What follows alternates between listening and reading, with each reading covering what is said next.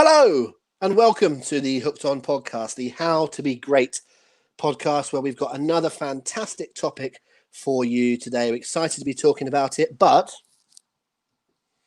I seem to be on my own for the time being. It's just me at the moment. Where is Showbiz Paul Benson? Well, he's actually rather busy this week, as I believe they would say that he's on assignment, is what the people would normally say when they're just busy off doing something else. But anyway, I'm here. Hello. It's great to be able to join you here on the podcast. And in Paul's absence, don't worry, you're not just going to have me waffling on for the best part of 90 minutes. Instead, our topic today is all about mystery partners and mystery opponents. So I've gone out and I've got myself a mystery partner. I am so excited to be able to say that I can bring him on. He's pretty much become the star of our Sunday night quiz on the Hooked On Wrestling YouTube page and on the Facebook Live. And he's going to be my tag team partner for today. Let's call him up. Let's see if I can work these buttons properly that I don't normally use. Please welcome Chris Hatch. There he is. Look at that. Mate, how you doing? I'm very well. Do you know what I can even do? Look at this. Look, here's a button. Oh, there's our names. Yeah. I'm learning how to do all this. I'm going to have to put my fingers on front of the pictures in terms of doing it. But I can work the buttons. Paul normally does all this. He hogs this. You know, it's always him that's doing all of the things to do with all the technical stuff. And I just want to say, in response to what we were talking about last week, Paul, look who's driving the train.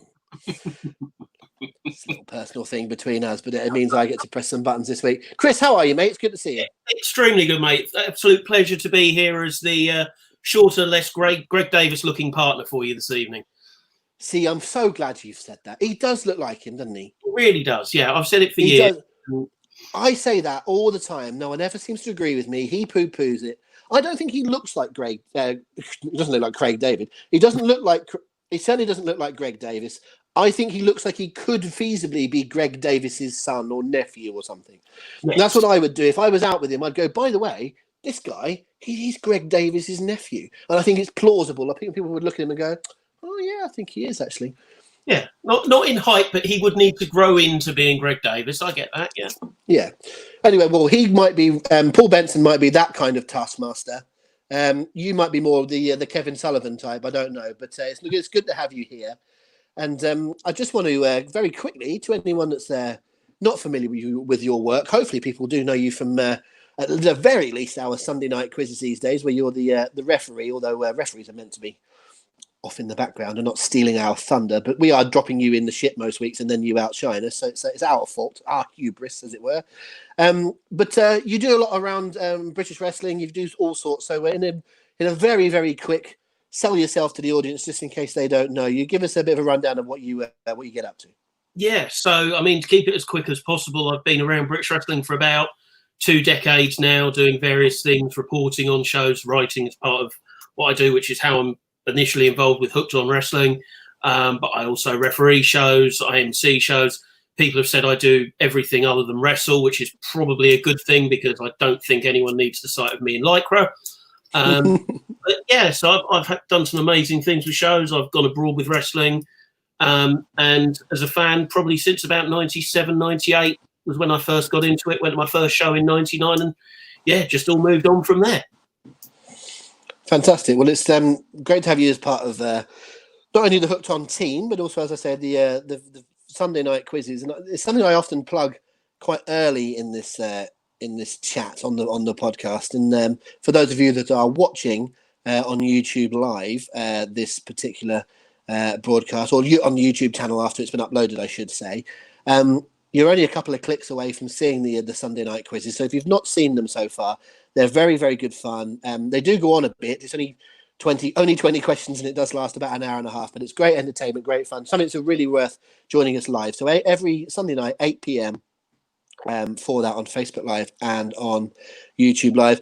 And Chris, you came on board quite early as our sort of referee figure, but it's become about the highlight of my week. I don't know about you during lockdown. It's become great fun.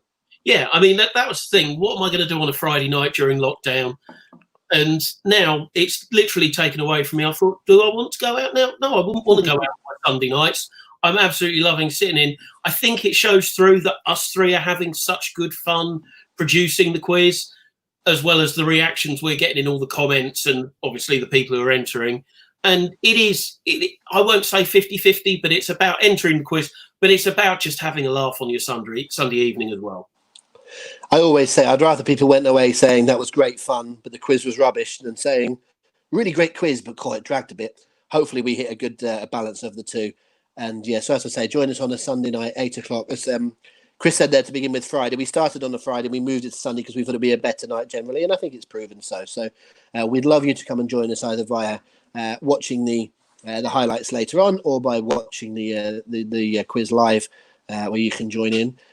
We're also building up to a couple of other things. We're quite soon going to be able to announce the full details of the Hooked on Wrestling quiz Civil War, which is going to pit my team versus Paul Benson's team very shortly. That's going to be coming up soon. And we've also got, get this, everybody, we've got some Hooked on Wrestling merchandise coming soon with Wrestle Merch Central. That's going to be launching later on this week.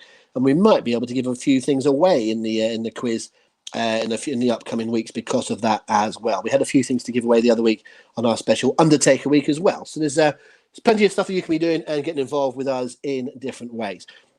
On to the podcast then. The reason that we're here today, as I say, we're going to talk about mystery partners, mystery opponents, that kind of thing. It's a little bit of a hat tip to the fact that it is 24 years this week since Hulk Hogan appeared as the third man at WCW Bash at the Beach. Will he make our list of 5? We're going to come up with a top 5 list, which we're then going to propose across, and then you, as the Hooked on Wrestling listeners and viewers, get to go to our website. We'll give you the address later on where you can visit to go and vote in the poll, and then whoever wins the poll becomes the winner of that particular category in How to Be Great.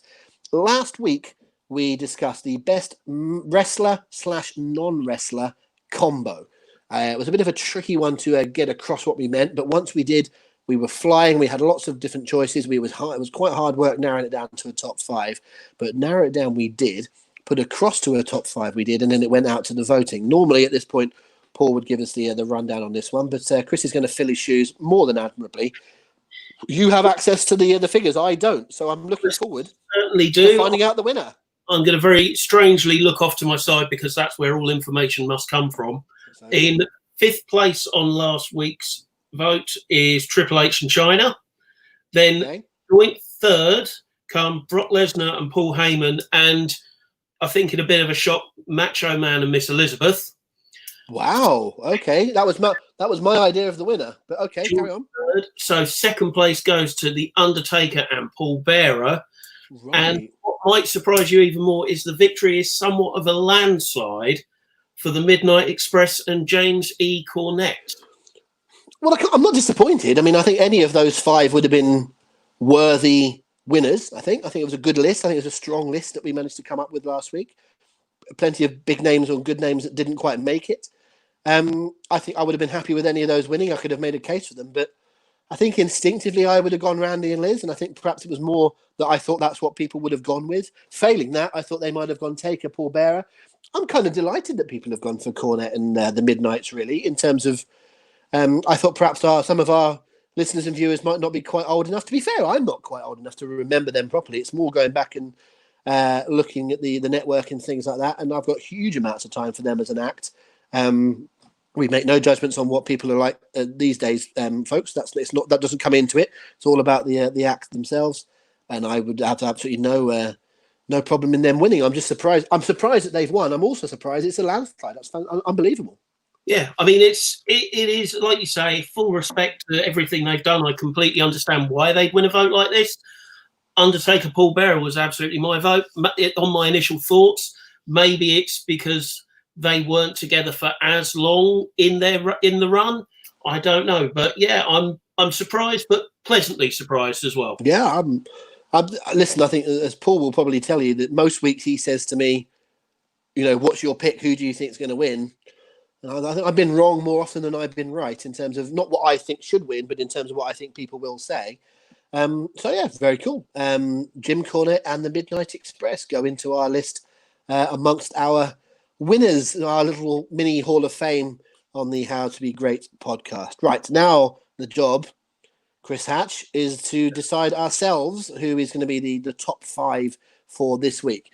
The topic is mystery partners and mystery opponents. Let's get a couple of little ground rules down before we get into it properly. We are not including the Royal Rumble match. That we can save as a topic for itself. We'll probably do it in January around Royal Rumble time. So I'm thinking people like, Edge and John Cena and various others that are returning, and AJ Styles, of course, those sorts of returns for that sort of thing. So there's obviously the ones such as that you take into account in the Rumble. And we're also not necessarily including things that are surprise returns that don't lead to a match. Just before we went on air, in fact, Chris and I were suddenly going, when Kurt Angle debuted in TNA, was that a match or was it an angle? And then we realised it was an angle. He came out, confronted Samoa Joe, etc. Fantastic moment, brilliant. It was a surprise. It wasn't billed as a Kurt Angle. It was who's this going to be? Turned out to be Kurt. Great moment, but it didn't lead to a match. And we're talking about a mystery opponent rather than someone appearing. So it also takes out things like Jericho debuting famously in 1999 and all those sorts of things, or people like doing a run-in at the end of a match or anything like that. All of those are out the window. It is all about a build, surprise opponent / partner, and then a reveal. So that's what we're going to go into. Chris, you're the guest. Why don't you kick us off? Let's have one that you'd like to offer up. Doesn't necessarily mean it's one that you think should be in the top 5, but one that you think is definitely worthy of discussion. Okay, one that's definitely worthy of discussion, and I would probably like to put in my top 5 would be, for the crowd reaction purely, the Ultimate Warrior turning up at SummerSlam 88. I think it's a great shout. I think it's an absolutely great shout. For context, that was it was Honky Tonk Man was, if you correct me if I'm wrong with any of these details, but Honky Tonk Man was the long-term Intercontinental Champion. We still remember to this day him crowing about being the greatest of all time. Some people have even bought into that. I tell you what, if we did a greatest Intercontinental Champion podcast on how to be great, and maybe we will, he probably would work his way onto the top 5 just because he said it so often and people have actually believed it. But that was the whole thing, and he was meant to be wrestling. Was it Brutus Beefcake that he was meant to be wrestling? Is that right? Oh yes, I believe it was. I can't remember all the details. I think it was Beefcake, and for whatever reason, he wasn't going to be wrestling. So yeah, it's the classic, isn't it? Standing in the ring is Honky Tonk Man. Bring out an opponent. I don't care who it is. And do you know what's even better for that moment is Warrior has the kind of music that fits, doesn't he? Yeah. I'm trying to think of someone that doesn't, but the whole point of Warrior's music, all of that energy, that it just had this kind of, I don't know, visceral feel within a live auditorium when you heard that music, and it was obviously the Warrior. I think had it been a few other people that didn't have quite such a cool music, I'm not quite sure that would have worked so well. And the other thing with that is it wasn't just the actual music, but it was, in my mind, probably a very early use of dramatic pause, because there was a long gap where Honky Tonk had done his promo, commentary even going, is there going to be anyone here? And then it's just quiet crowd noise for longer and longer, almost that, is there going to be a match? So that when the music did hit, the crowd just went bonkers. I mean, and they really did. I think what we should also say with this mystery opponent, mystery partner chat is it's not just about the pop when they come out. You're quite right to bring it up because it's an important part. But we need to discuss what then happened in the match. Was it satisfying? Did it play going forward? And there'll be some people that will suggest that Honky didn't deserve to get squashed in seconds like he did. I think there's others, and I'd be included in this, that would say, I wasn't really ready for a 25-minute Ultimate Warrior back and forth match with the Honky Tonk Man. I think both of those would have been, let's say they were more sizzle than steak, were they not, in their act. So I think the fact that Ultimate Warrior rather ran over the Honky Tonk Man on that night, I think that was probably the right booking decision. What do you think? Yeah, I would agree. And I wouldn't also say that all of the matches we're going to discuss tonight are brief, but I feel the involvement of a lot of the surprises is fairly brief. So if they're in multi-mans, they're maybe not in there for long. Yes, for that match in particular, I think maybe a bit short, but it protected everything. Honky Tonk Man loses quickly. He's still shocked by the surprise mystery opponent. So I understand it. I would have liked it to have been a bit longer. Did it elevate, do what it needed to do for both of them? Maybe not, but it did the job of the surprise. I think it very much did the job. I think Warrior at that point is on the up in 1988. It's people used to win the IC title before they won anything else, didn't they? That was all. There were, I suppose Hogan was an exception, but a lot of people would be Intercontinental Champion to see how they got on. Certainly Savage falls into that category. Brett falls into that category. Shawn Michaels. That was it was a rite of passage, wasn't it? You won that title, and then it could elevate you to the main thing. And I think that was the Warrior. So we're talking here SummerSlam '88. So I suppose it's just under 2 years or so before he gets to WrestleMania 6, I suppose, with Hogan. So there's a wee bit of time to go. But I think that's the first kind of plot point on the upward Warrior graph, as it were. Yeah, it's the building block to get in there. It was a good test with like the crowd reaction. How is he received when he wins a belt like the IC title? So yeah, I think that's where it really showed through. And yeah, you're not going to go IC title wrestle Hogan in 2 months. No, not necessarily these days, possibly, but certainly not in the late 80s. Oh, okay. I think what we'll do is what we often tend to do on this podcast when we'll agree on one quite early. That's a good choice, but it's not necessarily an absolute lock. So we'll put that one in as kind of like a bit of a gatekeeper in sort of 5th/6th place on our list, and we'll see if we can get 5 that can beat it. Do you know what I mean by that? If we can't think of 4 or 5 that are better than that, then it gets on the list. But it's a kind of good gatekeeper to see how we get on with this. And we'll put the Ultimate Warrior versus the Ultimate Warrior as the person, but versus Honky Tonk Man from 1988 as the suggestion on this particular occasion. I think it also goes to point out that the match afterwards needs to be satisfying in its own way, but it's not necessarily the be-all, end-all. It's more about the surprise and how it plays out. This wasn't the greatest match in the world, but neither should it have been. This was the right kind of development. Let me offer up one, which is a kind of similar sort of thing, but I would say didn't play out in the same sort of manner. It's also a SummerSlam one. I'm going to jump forward by 22 years indeed. I'm going to offer up when Daniel Bryan was the final partner for was it 7-on-7? Was that what the match was, or 6-on-6? It was certainly a lot of people in it. I think it was 7-on-7. The match against Nexus. So I don't have with me the full lineup, but I remember it was Cena was in there, wasn't he? And I think Jericho and Bret Hart was in that team. I think Edge was in it. It's that team, and they were -1 partner, and it turned out to be Daniel Bryan, the person that had been fired. Was he fired for real? Was he not? We don't really know. But he'd been fired from the Nexus on their amazing debut. And then there was chat about him coming back pretty much all the time up until this SummerSlam moment. But when he came back, clearly, it's hard to believe that's 10 years ago, by the way. But in the subsequent 10 years, Daniel Bryan has had an amazing time. He'll be a Hall of Famer. He's a deserved multi-time champ. He's retired and come back out again. You know, all sorts of things have happened. But I don't recall that being a shining night. That wasn't the night where I went, bloody hell, Daniel Bryan's going to be a star for a long time to come. I knew his talent before that, and what borne out afterwards happened. But I didn't necessarily feel on that night he overly shone or was allowed to. What do you think, Chris? Yeah, I mean, I was a fan. I remember going and seeing him when he was doing like the independent circuit, doing tours over here for months on end, Under the Mask and everything. So yes, his ability would be clear.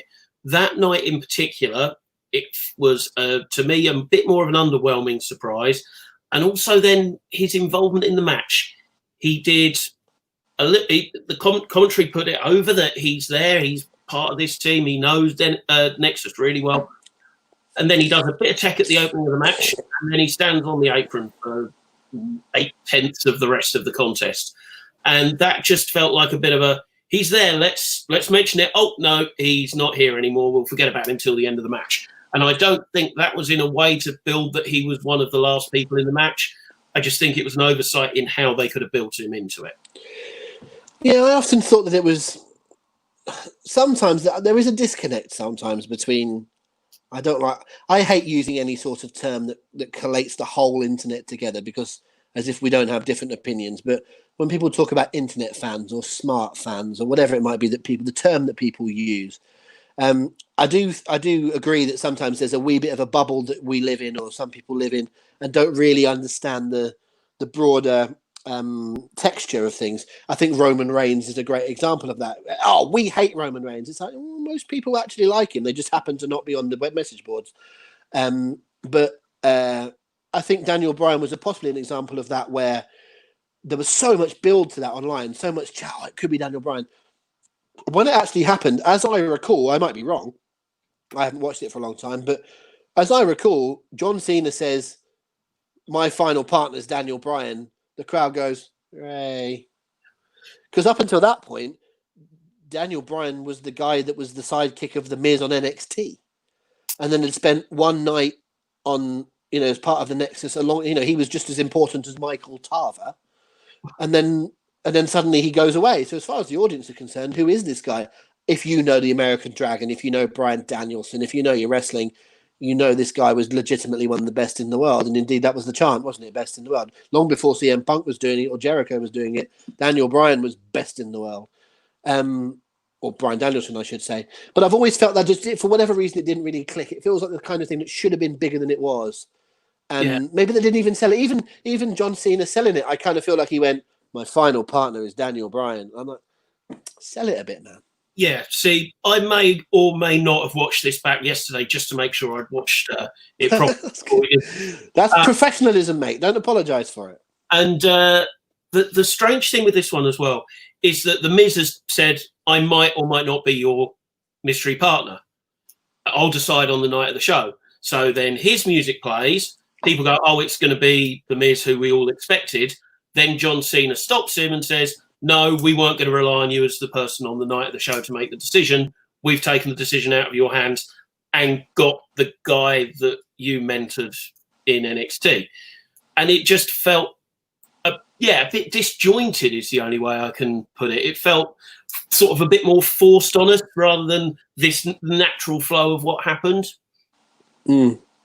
Which is ironic, considering what would happen several years later when 2 years on the trot, everyone expected him to win the Rumble and he didn't, and we ended up seeing what we did see at WrestleMania 30. But on the topic of Daniel Bryan, you said about him working over here. He certainly learned some of his chops over here. I don't mean physically chops. I mean his abilities.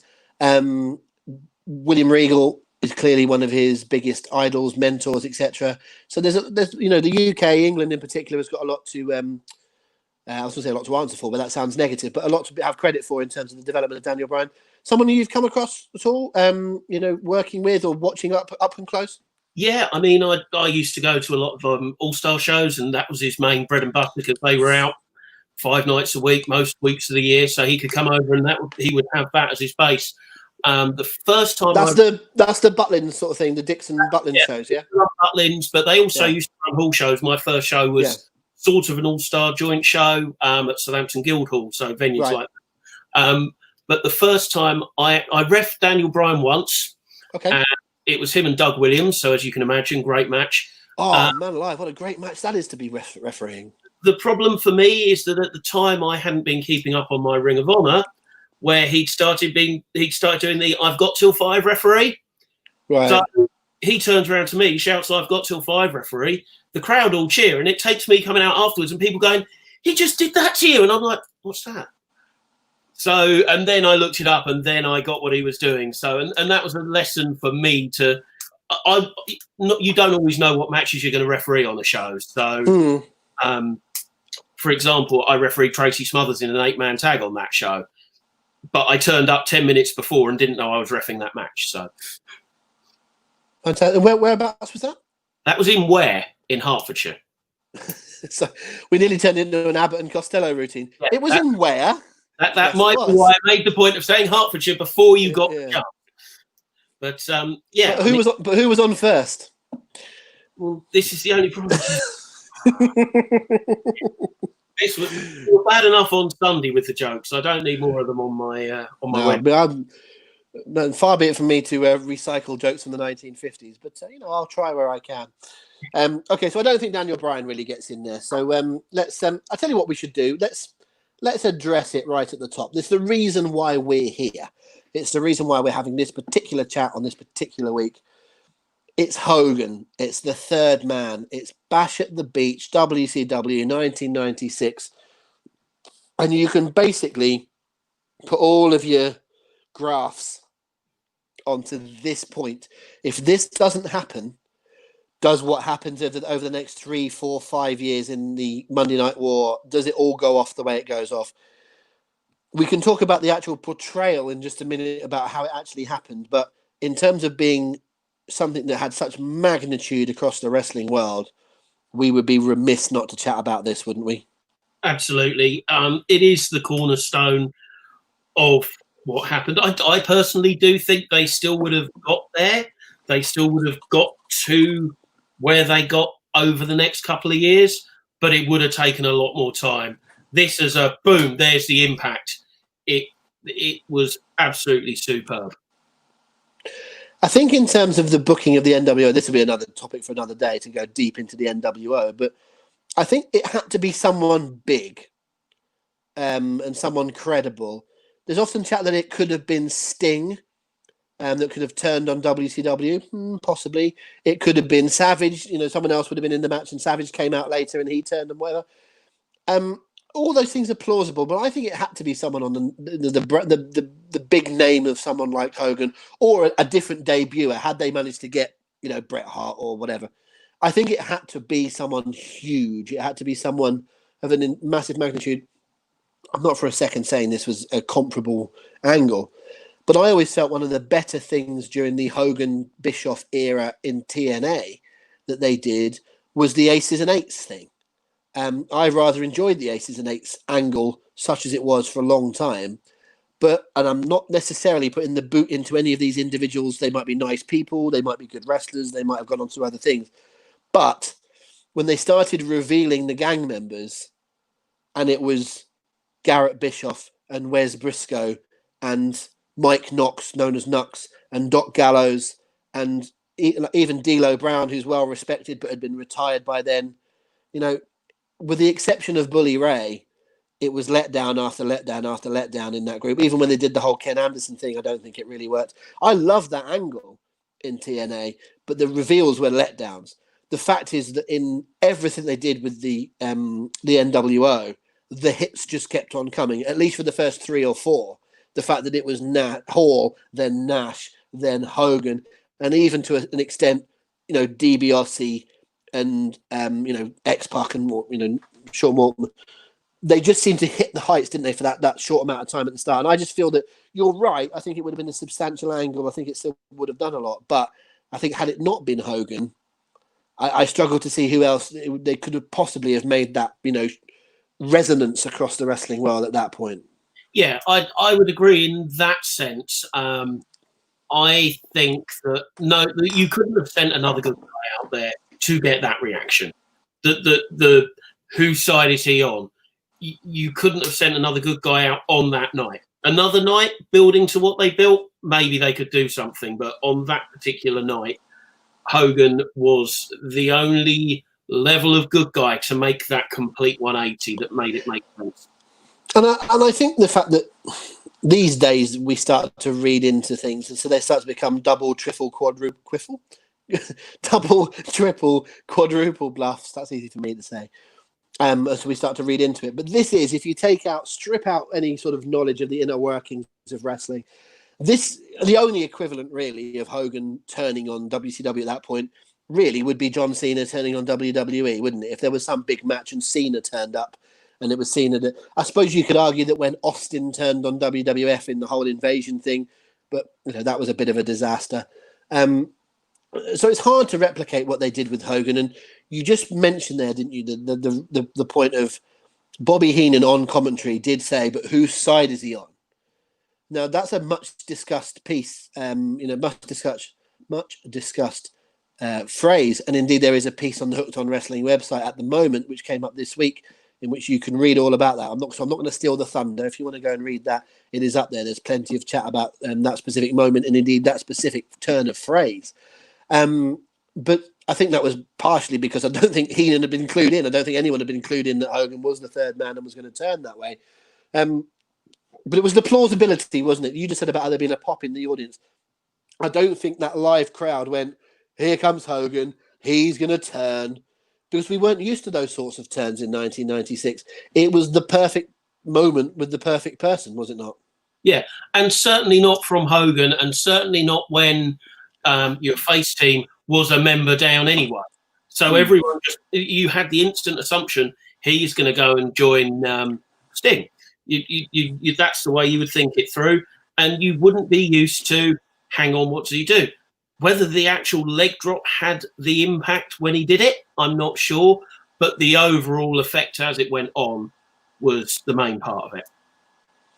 It surely was. And indeed, the follow-up, with Mean Gene, not being able to believe what he could see, and Hogan starting to turn on the fans. And, I think there's so much more than just, he didn't just drop a leg and walk off, did he? They doubled down really quickly on this is the New World Order. And I forget how much happened on the night and how much happened on the Nitro following or the Nitro the week after. But I certainly can recall Hogan saying this, all these pieces of garbage, may as well be the equivalent of the pieces of garbage in the stands. And, this is the New World Order. I was bored. And, these people turned on me.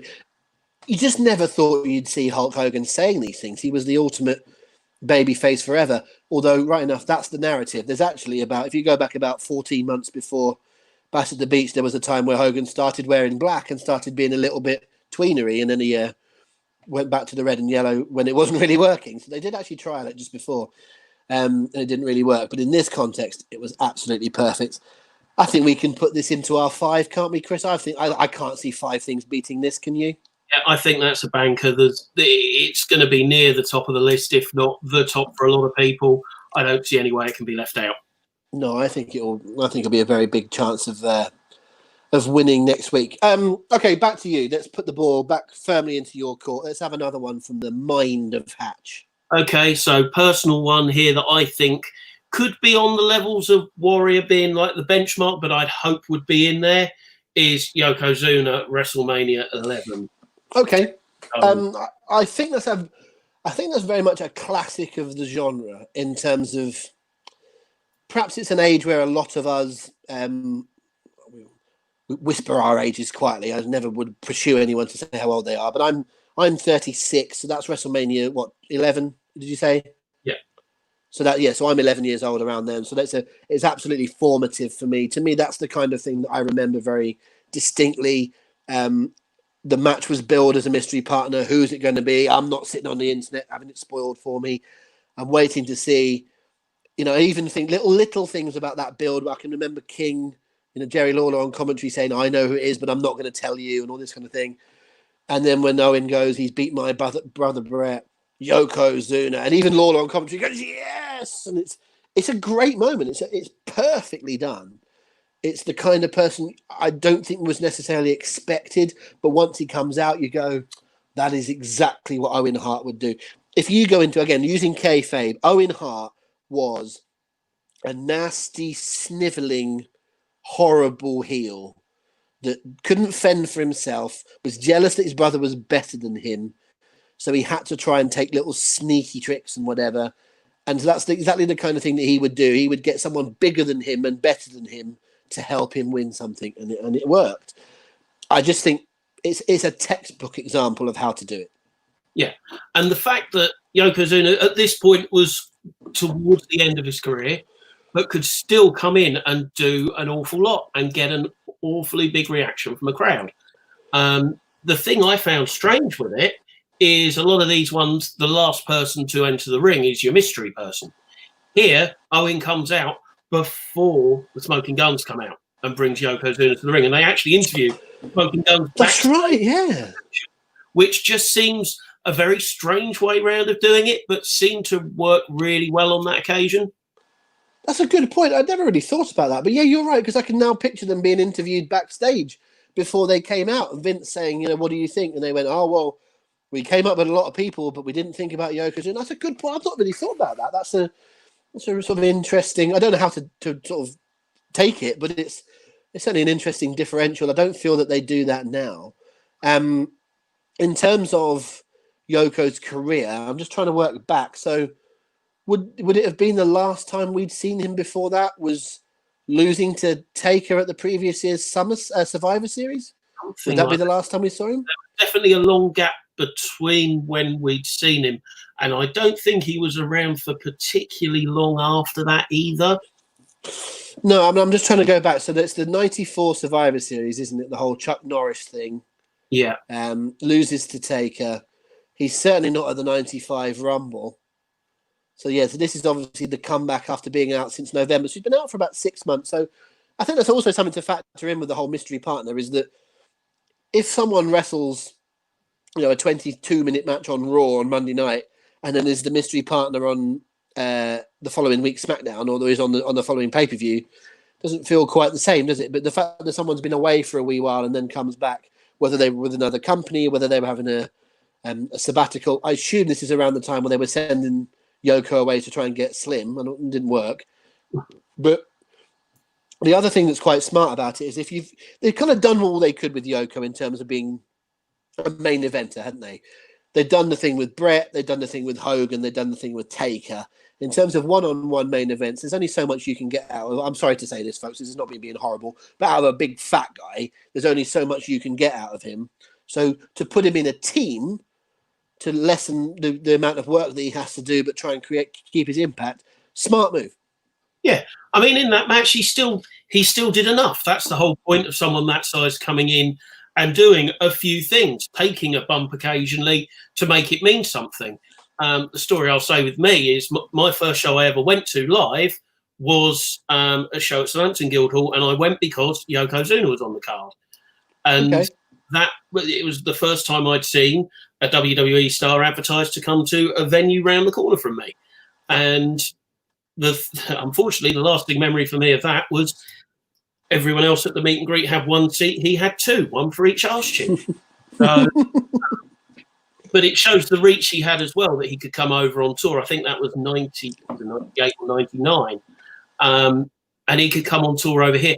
And it was a similar sort of match. He was in a tag and he did enough that he was protected, but he could still do the things people would want someone of that size to do, to be able to see it live. Yeah, and I think I wouldn't say he's necessarily underrated, because I think people do respect what he could do, but it's certainly easy to forget that someone of a listen, I'm a bit on the old chunky side here, but I'm not anywhere in the Yokozuna bracket, and the things that he could do with his body and chuck himself around, because you'll know this better than me, having been in the ring with people having matches. You're the ref. You've got to get out, be involved, but get out the way and do those kind of things. I've only learned these things second, third, fourth hand. But the whole point a lot of the time is, if you're a heel, is you have to feed a comeback, don't you? You have to be in the position where the babyface is blowing a comeback, and tends to be gets up, knocks you down. You get up, he knocks you down again. And Yoko could do that at 500 odd pounds.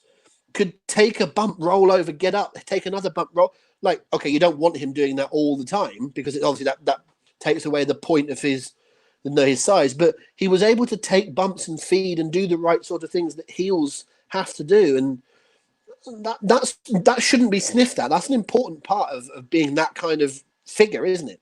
Yeah, he could make them. He could take those bumps when he needed to. He could pop back up when he needed to, but he made sure it all had meaning.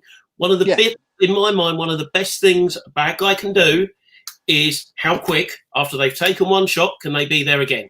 Because the majority of a match, they've probably been beaten down on the good guy. So they've had their bit where they're on top, they're looking good. But that doesn't matter as much as how much they can then help the good guy at the end.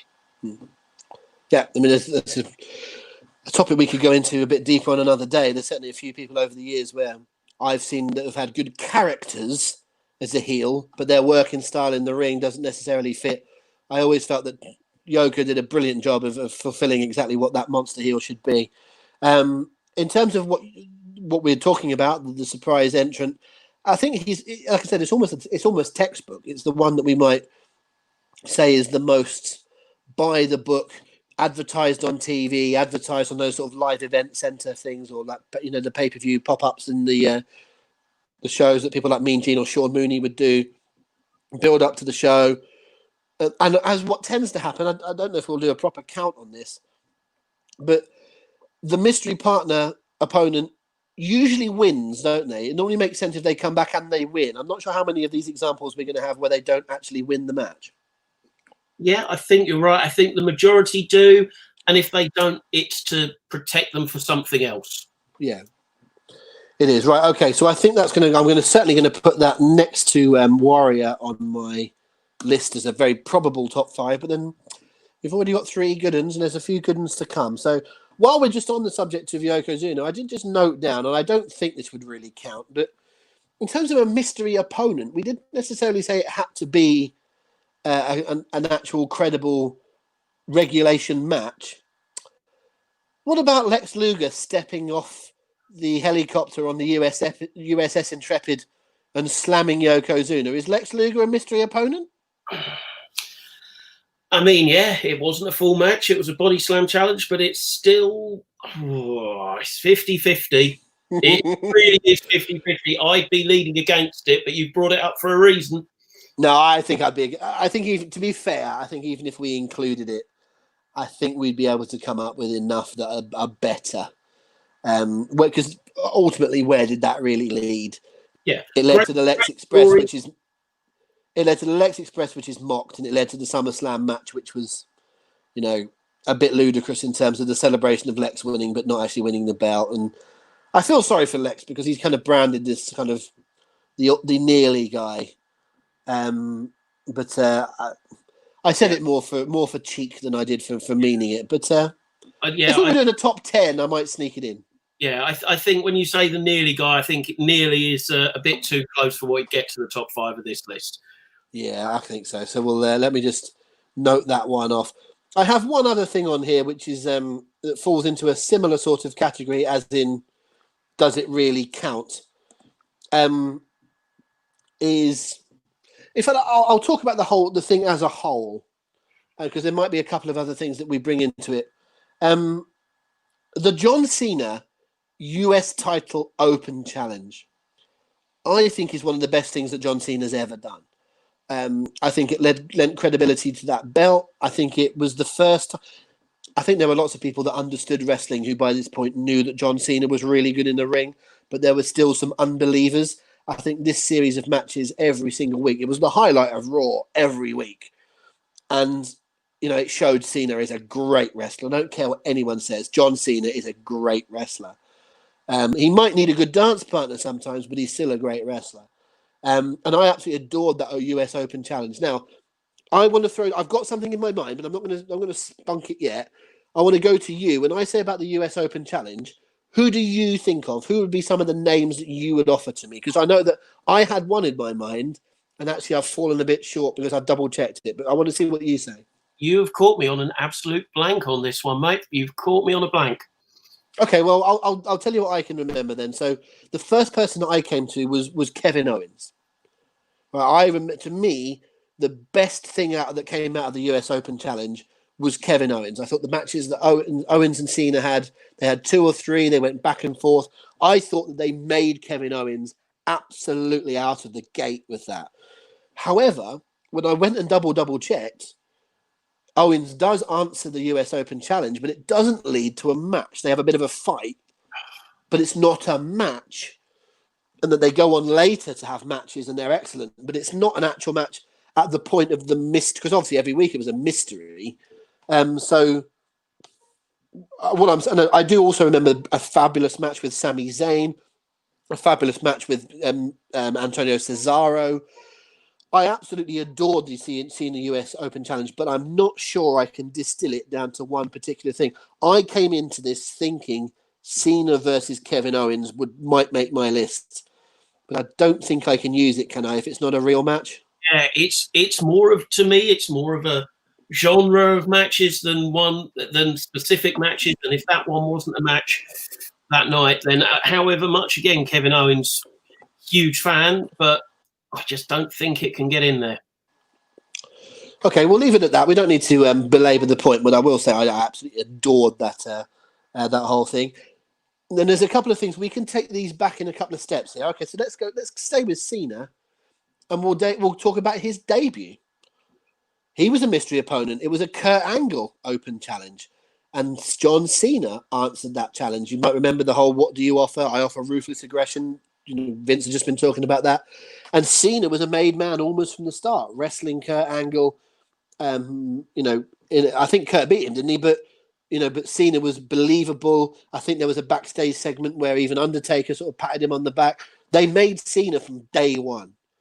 And he was a mystery opponent. He wasn't anyone knew. He walked out on the stage and people went, who's that guy? But they made him from day one with the mystery opponent thing. And so I put it to you that he could be, that particular match could be worth discussion because they made their biggest star for the next 20 years. It's certainly worth discussion. They certainly made such a huge start on. It began on that night. I'm certainly not going to say that match made him. And I reckon it's always a 50-50 thing. Angle really helped making him in that match. He had to help make him in that match. Without a doubt.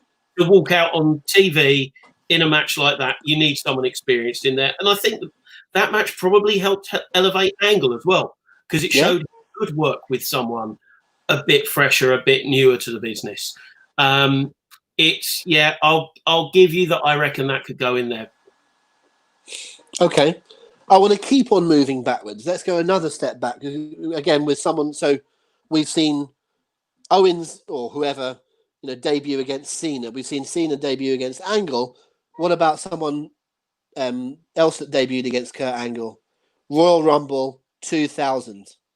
Kurt Angle's not been around for very long at this point, but he's still undefeated, and we're getting the whole, it's going to be a mystery opponent. I think this one has sneaked out, because if you listen to the Madison Square Garden crowd, they're chanting, "We want you know who," before he actually appears. But Kurt Angle says, "Come on, bring it out, see what you've got." And we hear dum, dum, dum, dum. And it's Taz. And the place comes absolutely unglued. This is one of my examples of whatever may have happened down the line, happened down the line. But Taz's debut at the Royal Rumble 2000 is mustard. Yeah, not ashamed to admit I had the orange Taz shirt back in the day. And not ashamed to admit that I watched it back and there are bits of the whole segment that I absolutely hated. But at the time, it absolutely made it. I was closet ECW fan, but not of necessarily all the extreme side of things. I was a fan of what Taz could do. I was a fan of the fact that Taz could wrestle in that environment as well. When he came in, the match, I'm not discrediting the match. The match was great, albeit another short one. Now I watch it back, not so much, but at the time, absolutely amazing. Elaborate on that. I'm really fascinated. I want to know what you've got on that. So what was it that you didn't like? What stands out to you now? So what I didn't like is I didn't like that it was so much of a squash. I know something I said earlier is it makes sense because it was a surprise. He caught Angle off guard, but it just felt a little too overboard, especially to the point of Angle being carried out at the end. I just watched that back now, and it was so what was the logic in that? Was there a need for that would he, if he'd have lost that match and that was it, and Angle eventually walked out off camera or whatever, would that have made a difference? Did he need to be structured out like that? And it just struck a little nerve with me. Well, I'll give you a devil's advocate response to that. Perhaps I think they were trying to get over the Taz mission, because what later happened was Kurt would say it was a choke and he petitioned, and I think technically, officially, if you go into a kayfabe world, that Kurt actually wins that match on DQ by decision 2 weeks later because he was able to convince someone that it was an illegal choke. So you could argue that's why for that. I'm not saying you're wrong. I'm just giving you an answer. Yeah, I get that there was a story to build from it. I completely understand why they went there. I just think they could have done all of that with him just, the last camera shot is him laid out. Did we need a stretcher? Did we need all that side of things? That was, I don't know why, but when I watched it back, it irked me. But the actual match, the suplexes and everything, it just sold Taz to me even more. I was a fan, but it absolutely sold him. I think it's a great job. I really enjoyed it. I think again, whatever they did with Taz moving forward, didn't really come off. Whether Vince lost his nerve because he was because Taz was a bit shorter, or whether or not it was because things he did or things he said. I have no idea why were they cool on Taz. But in terms of a hot, out of the gate start in the perfect place, if that had happened in, I don't know, I can't think of a good example, but if that had happened in, let's say, Los Angeles, would he have got the same reaction as he did in Madison Square Garden, New York?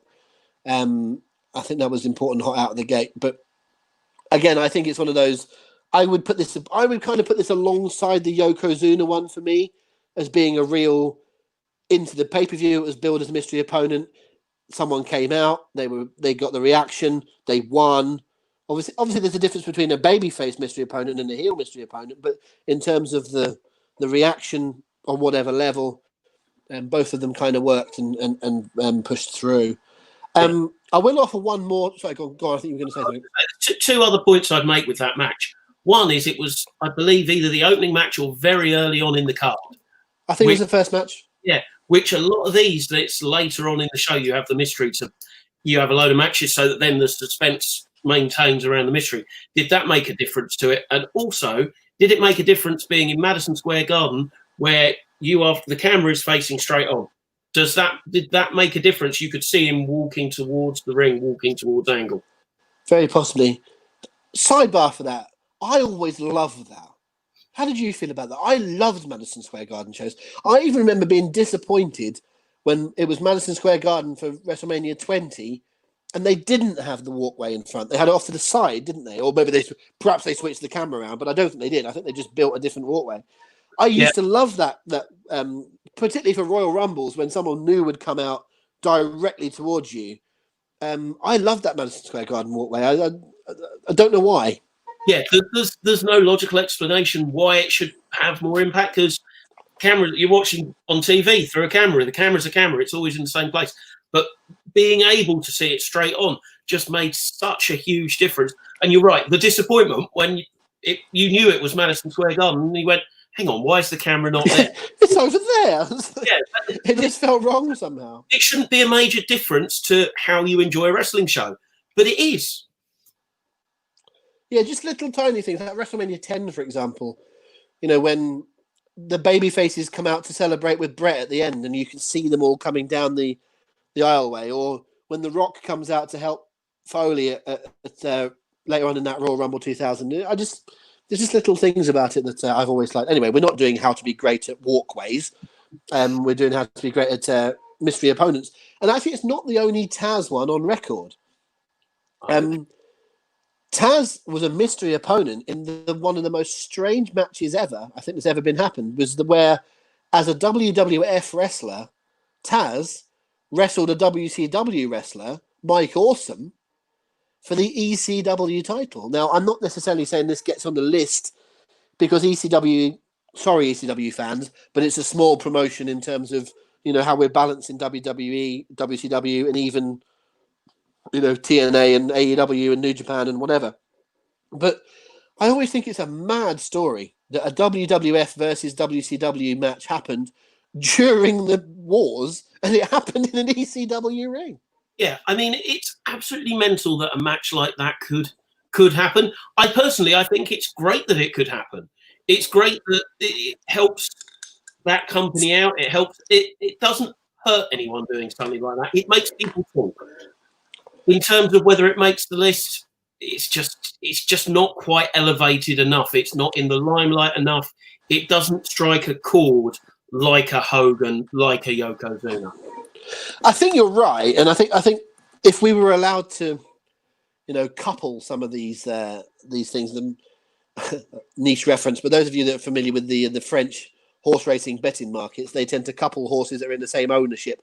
I feel like I want to say, well, Taz versus Angle might not make it, and Taz versus Awesome might not make it. But if we couple the two Tazes, then it's important enough. I don't think we can do that, but Taz may just about end up getting sort of 6th and 7th place on this list rather than being in the top 5. But we'll see when we come back to it. But I still think that's an extraordinary tale. If you don't know what we're talking about, by the way, it's mentioned at the very least, it's mentioned on the Rise and Fall of ECW documentary, which is a stunning piece of work, which I think is still on the WWE network.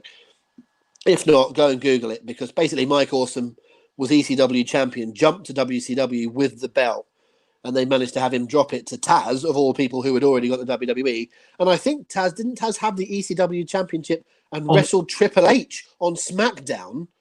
A bizarre situation. The belt was definitely on TV, which, again, like you say, completely bizarre that they'd let it happen, but what's the harm in doing it? It's a belt at the end of the day. It looks cool. And then I seem to remember that match included, Tommy Dreamer trying to interfere somewhere along the line and not quite get it right. Anyway, that's way back in 2000. I mean, you'd never see Tommy Dreamer involved in a world title match these days, would you? Well, no. Oh, wait, well, Slammiversary is coming up soon. Anyway, moving on. The real championship. I'm really horrible about Tommy Dreamer. Have you worked with Tommy Dreamer, Chris? I have indeed. What's he like? Because I'll tell you my side of things. Right, I've always felt I've never particularly rated him. I've always felt that he's a bit unathletic, a bit of an unconvincing promo. Seems to have stayed past his welcome. Blah blah blah. But I've never met anyone in wrestling that doesn't say he's not a lovely fella. And I feel so guilty for some of my little jabs at Dreamer over the years because everyone I hear says what a nice bloke he is. And so you should feel guilty. He was the person to be around. He was over for a weekend. He did Friday, Saturday, Sunday, Monday of shows. I did 3 of them with him. I think I was announcing them. But I also ended up picking him up from the airport on the Friday because who else is available last minute? Someone's dropped out, off I go. And from then on, over that weekend, he referred to me as the kimchi to his Kamala. Oh, brilliant. Because I was his handler. And then when he went off with someone else to the next show, I would hand him off to someone else. But yeah, he was a lovely guy. He was very keen to go back to the venue and sleep on the first night. But when he was out there, on the ball the whole time, really, really good. Yeah, it does make me feel even worse. Although I will say that those of you that have been around since the old days of my first ever podcast, which was the One-Sided Ring, I still think that my cover version, "Don't Cry for Me, Tommy Dreamer," is one of the best things I've ever done in my life. Anyway, let's move on. So what have we got left? I've got quite a few things left. Let's whiz through a couple that I think that might not necessarily make it. One of the ones that, in my mind, was quite a big deal, but I've done a bit of research for this and put in, best returns and gauged the opinion of some people, and actually found it was very underwhelming to people. Do you recall the mystery opponent at 1996 Survivor Series? That's a show that's more memorable for Brett versus Steve Austin for the first time, for Paul Bearer in the shark cage, for the debut of Rocky Maivia. But also there was a mystery partner on one of those Survivor Series matches. And I still remember in my own, bedroom or wherever it was, popping to hear the music go, "Super, super, super fly." I thought that was a fabulous moment. In researching this, I found that people went, "That was a pretty underwhelming moment." I loved it. What did you think? Yeah, that's exactly what I was thinking. I loved it. I didn't necessarily think it was exactly what they could have done, or maybe how far it had been built up. But it's a great music. Again, it's another of those musics like Warriors. Yeah, it probably helps. Yeah. It's one of those moments. Again, I just don't know if it fits the bill quite. No, I don't think it doesn't. It absolutely doesn't. But you're right. It's one of those moments. Snooker did a 7-on-7 tag on a show over here that I was watching one time, and okay. all anyone was interested on the opposing team was, would they get hit with the coconut? So but again, it's just, again, it's the music, it's the aura of who he is, not necessarily the fact that he was the mystery partner that was special. Yeah, I mean, listen, I don't think it makes the list. What I will say is it's one of those ones that if you play sort of almost word association, and you said, Rob, the first 5 that come to your mind, mystery opponents, go. I think I'd have put him in the first 5 I thought of. Probably because, again, I'm 12 at this point, and it's it's formative, and you remember those things better than I don't remember things. For those of you that ever come to the quiz on a Sunday night, Chris will vouch for this. I get asked questions by Paul Benson on a Sunday night, and I don't know what he's talking about. And he's talking about shows that happened 2 years ago. And then he comes up with something about 1992, and I can tell him everything. I can tell him what the announcers said, what the sign in the crowd said, how long the match was. It's ludicrous, the things that you can remember about different years. So anyway, let's just delete that one across. I want to bring up one other one, and this is one I hated, right? But it was no doubt a mystery partner, and it's remembered by some. And I, again, doing my research, I read this as someone saying, "What a good swerve." And for those listening on the podcast that can't see the video, yes, I did the inverted commas. Do you remember a match that was billed as Hardcore Holly and Cody Rhodes versus Ted DiBiase and a mystery partner? And the mystery partner turned out to be Cody Rhodes, who somehow turned on his partner Hardcore Holly during the match, allowed Ted DiBiase to get the win. That was the start of their tag team, which then became part of Legacy with Randy Orton, and that's where we went off to the races. I despised that match because I still believe in getting all the little tiny things right. And things such as, I tell you what, I'll go right the way back. Building into WrestleMania 9, the first ever contract signing I ever saw. I now know that they happen all the time, and they always seem to happen with someone going through a table. But the first ever contract signing I saw was Yokozuna and Bret Hart before WrestleMania 9. And what's this for? We have to sit in a ring. We have to sign a contract. We have to sign a contract to say that we're going to have a title match. Why then was Hulk Hogan allowed to have a title match straight after another match and that no one signed a contract there and that was still allowed to happen? Again, see, my 9-year-old brain thinking better than anyone else that was booking the show. But so little things like that do matter to me. So to me, if you have to sign a contract for every match, who signed a contract for Hardcore Holly and Cody Rhodes versus Cody Rhodes and Ted DiBiase? It doesn't make any sense. And I don't like little things like that. But I wanted to just mention that because I figured that we want to try and cover every match that people will remember. That's not getting any top 5 on my watch. I don't know where you stand on that one. Am I being too harsh?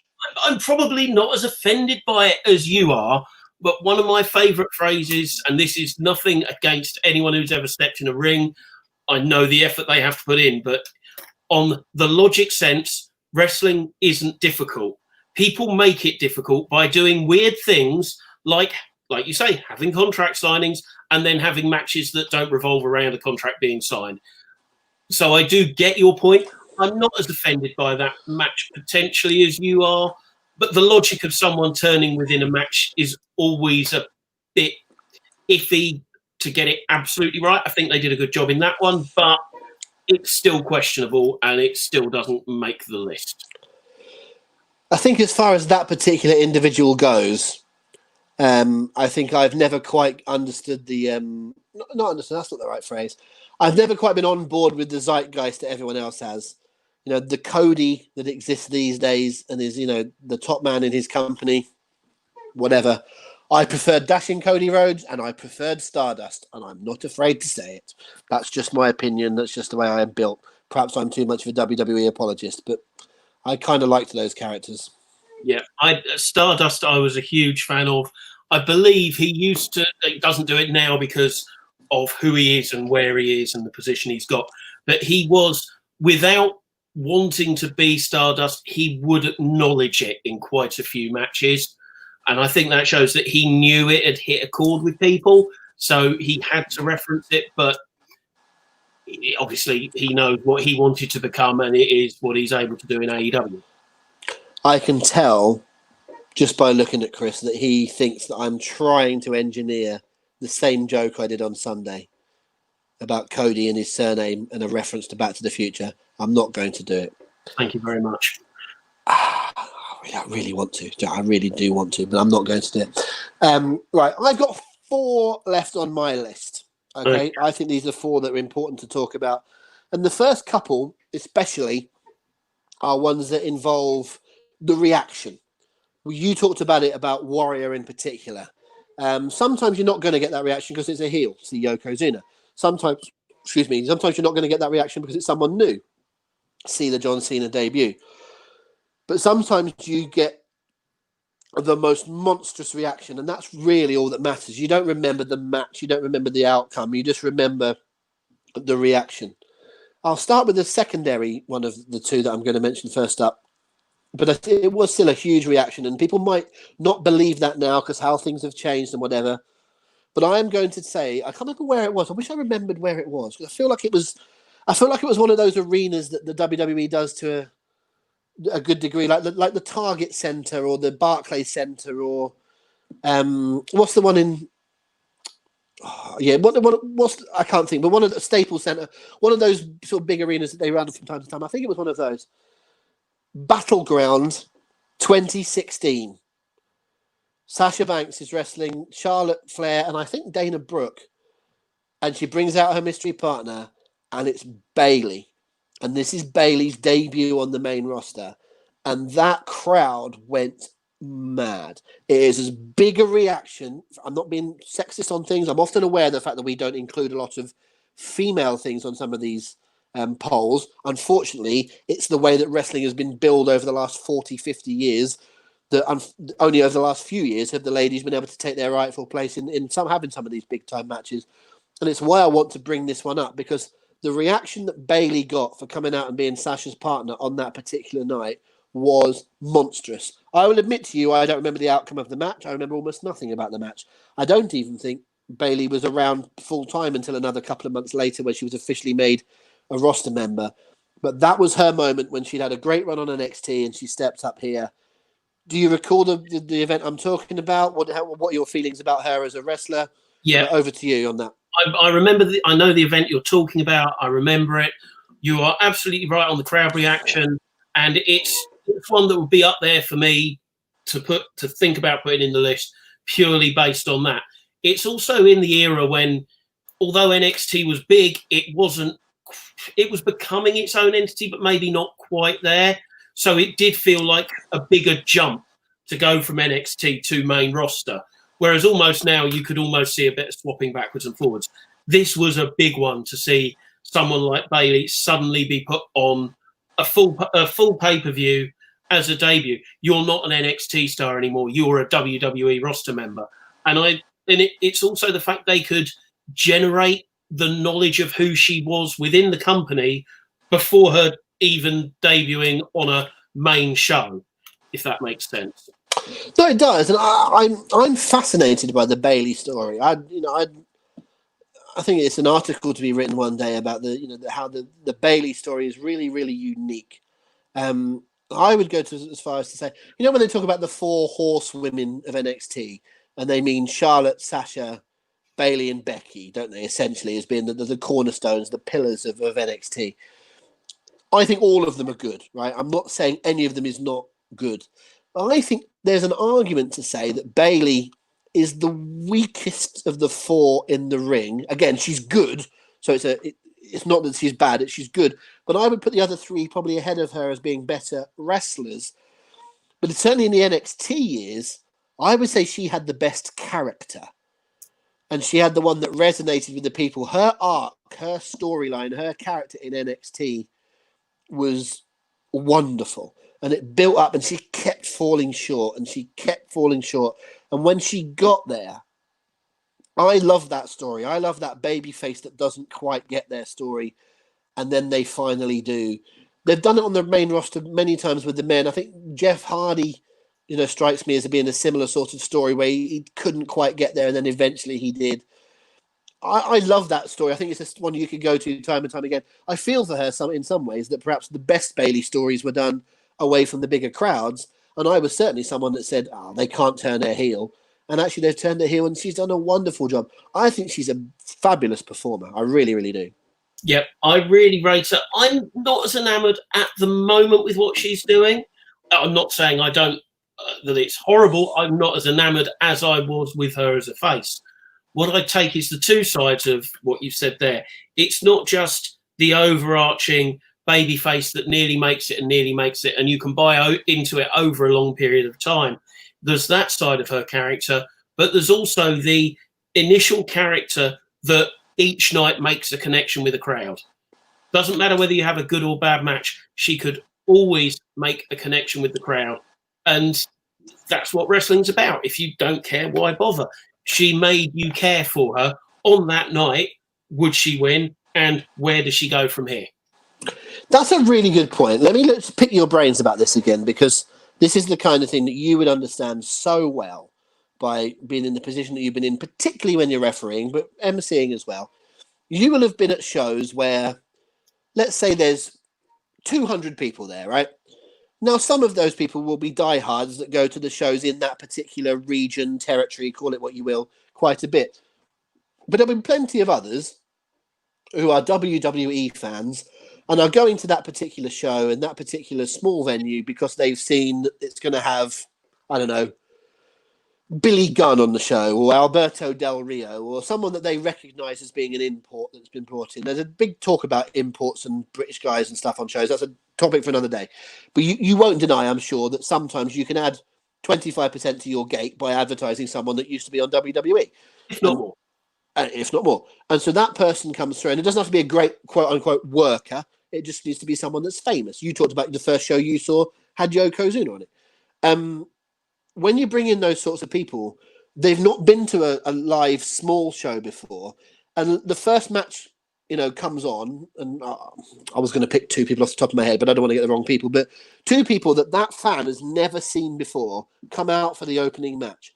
Within the first 30 seconds, they need to get over that one of them's a babyface and one of them's a heel.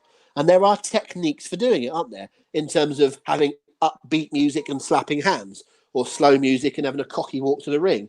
Or just as you lock up, the heel jumps out, walks around the outside, tells someone in the second row, shut up. There are tropes and there are ways of doing it, aren't there? And we forget that once people get to the big stage, that we automatically know their character. But she strikes me someone that, I'm talking original babyface Bayley. It wouldn't take you 2 minutes to work out. If you had never, ever, ever seen her before, and she worked a match at, let's say what you said, Southampton Guildhall, 150 people, you would know immediately she's the babyface, wouldn't you? That original Bayley character. Yeah, exactly. She's the sort of one you wouldn't need to look at the crowd to see how they're reacting, to see if you've put the right person in the opening match or they're getting the right reaction. You would just know she would connect with the crowd. And if it's a weird one that if people didn't instantly get it, you get the feeling she'd go, right, I need to do this so that they do. She'd know how to evolve herself in a very short space of time to get that reaction from a crowd and to get people to want to come back and see her on the next show. Is that being a fan, do you think? Is that the fact she's a huge fan, wasn't she? Do you think that's part of that? She was that person in the crowd once, and she understands what that person in the crowd wants. Yeah, I think that's a huge part of it. Granted, you would say you wouldn't become a wrestler if you weren't a wrestling fan, except for one big name, but I'll go into that another day. Oh, no, there are plenty of examples of people. Kurt Angle never watched. I mean, he was a wrestler, an amateur wrestler, but he didn't care about professional wrestling. Neither did Goldberg. There's plenty of people that have made a good career out of not being a fan and then stepping up to doing it. It's the exception rather than the rule. But I take your point. Yeah, I mean, I was at Q&A. I will say then I was at Q&A one night, and the first question was answered with, "I was never really a wrestling fan. I do it as a job," and that wrestler was Sting, and it made it very. I wouldn't. It doesn't stop me whatsoever. You're right, though. It is the exception to the rule. Generally, you would be a fan, but I just think she's got that connection more than most. Yeah, and like I say, I think in some ways she's limited. And again, I'm not knocking her for that, because lots of people, in some ways, John Cena is limited and Hulk Hogan is limited. A lot of people are limited, but she's managed to work the best that she can, and she's managed to. I think her character is generally bomb-proof. I think you can't see through it. And I talked in a recent, either on the quiz on Sunday or on the podcast last week, I forget which, about my disdain for people that, not disdain, that's a bit harsh, but my dislike of flipping backwards and forwards too much between babyface and heel, because the character needs to have some sort of through line. I think I used the example of Randy Savage, was that Randy Savage's character didn't change very much. He just sort of subtly weaved one way or another depending on who he was with or who he was against. Whereas Seth Rollins, for example, who I'm a huge fan of, I think has been stuck with being a nice guy, then a nasty guy, then a nice guy, then a nasty guy. And you don't really believe Seth Rollins anymore. And it's not his fault. It's not Colby Lopez's fault. It's, the fault of people that are booking Seth Rollins that make him hard to believe in. I actually think she's done a good job, Bayley, of being one character that's sweet and lovely and hug me, and now a sort of like very flippant, nasty piece of work. But somehow you believe it. I feel like the story that's got her there is believable. I think it'd be hard for her to go back again, but I think that where she is at the moment, I kind of believe it. And I think that's the problem with Seth is you just think, oh, well, when's he going to change his mind and be a good guy? Yeah, again? Whereas I agree. It has been so well established that now when she changes, when she turns, that makes it makes sense, and it will last for as long as it does. Like you say, it's a tough job to get her back. People would believe her as a face, but there'll always be that bit of doubt. Will she turn back again? And I think if they then turned her again, you've lost it. You've completely lost it. You're going to struggle. Okay. My next point in terms of the reaction. I say this quite a lot. People will have heard me say this before. Some people would have been with me when it happened. But there are certain things that happen on Hooked on Wrestling party nights. Hopefully we'll get back to it soon. Our raison d'etre, which is to do pay-per-view parties all around the country. The best way of enjoying the Rumble and WrestleMania and so on and so forth is with a Hooked on Wrestling party. I've hosted bundles. Chris has hosted bundles. They are great nights. There have been moments where things have happened. Seth Rollins is a good example, cashing in Money in the Bank. AJ Styles appearing in the Royal Rumble was another one. But I'm not sure I've ever heard a bigger reaction than when the mystery tag team at WrestleMania was the Hardy Boys. When you started saying this, I hadn't even got that on my list, and I don't know why. It just hadn't popped into my mind. Maybe because it wasn't originally a mystery. It was meant to be, was it a 3-team tag? And then the New Day came out and went, oh no, we've added another team to it. So it wasn't necessarily billed as having a mystery. But you are absolutely right on that crowd reaction. I've also never known as many people who I know that were there talk about it for so long because of how big a deal it was and how special it made them feel to see it. Okay, well, I would admit myself in terms of I only added it just before we started talking, literally as we were going through the bits before we went live. I wrote this onto my list. It wasn't something that I'd written up in my extensive planning. So, okay, does it lose out on the technicality then? No, because I'm talking about being a stickler for the rules with this whole thing with Cody. Does this miss out? I don't remember. I cannot get my head around the exact setup for that. I do feel like there was some sort of billing that there was going to be another team, because I think I thought at the time, because hadn't Hardy Boys worked for Ring of Honor that weekend or something around, and there was a bit of chat online about it. I remember someone coming up to me that night before it actually happened and said, "Oh, have you heard the Hardy Boys are probably going to be on WrestleMania?" And I went, "Yeah, whatever, mate." And it obviously turned out to be true. But I also remember thinking that when New Day came out and were talking about it, that I thought they were going to say the new team in this match is us. Do you know what I mean? Yeah. I thought they were going to build themselves.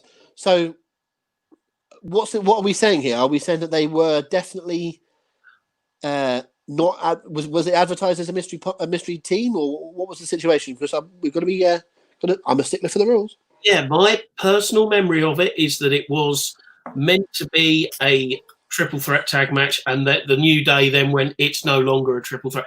It was announced on the night. I'm not going to say it's out on a technicality, but it certainly feels like it marks it down a bit in my mind as there wasn't an established setup there for it. Ouch! Oh, this is going to be a tricky one. I feel like I might have to do a bit of subtle Googling on the side just to see what I find. I'll tell you what I'll do. I'll set up the next topic, which is actually it's a real favourite of mine. This is. I think every week there's one that I want to put on, which I think I would have a hard time saying that it would definitely deserve to be the number one and the winner, but it's kind of my personal favourite.